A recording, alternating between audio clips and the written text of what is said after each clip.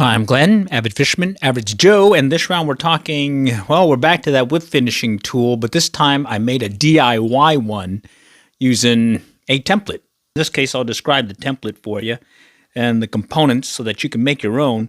And the key is you can make some adjustments so that you can make the gap, this portion right here, wider so that you can go around larger hackle or rubber legs that you may be tying for a particular fly pattern. Okay, and let me just give you a point of reference so that you can see what I'm talking about. Okay, so here it is. Maybe I'll hold it still so you can take a screenshot. And this angled portion is 1 3/4 inches, and that straight section is 3.5 inches. And of course, you can always make some adjustments, make it longer, shorter, depending on your needs. I tend to go with this one for some of these foam spiders that I make, as well as some of the larger streamer flies.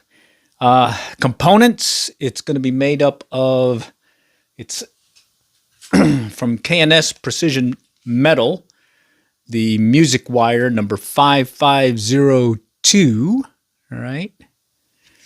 And this handle section is made of brass tubing, also from K&S, and it's the 5125 right here, 3 32 brass tube, and one fits inside the other nicely and allows you to spin the or rotate the whip finish tool so you can complete your whip finish.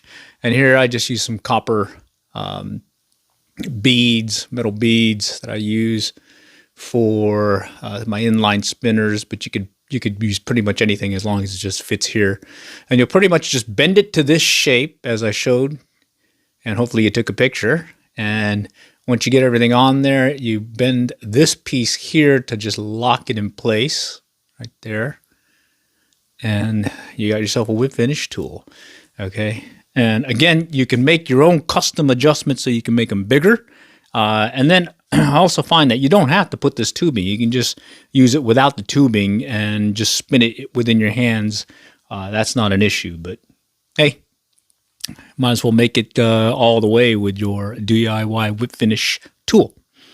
All right, give it a try. Let me know how it works, and check back for more here as hopefully I get some more of these videos out for you.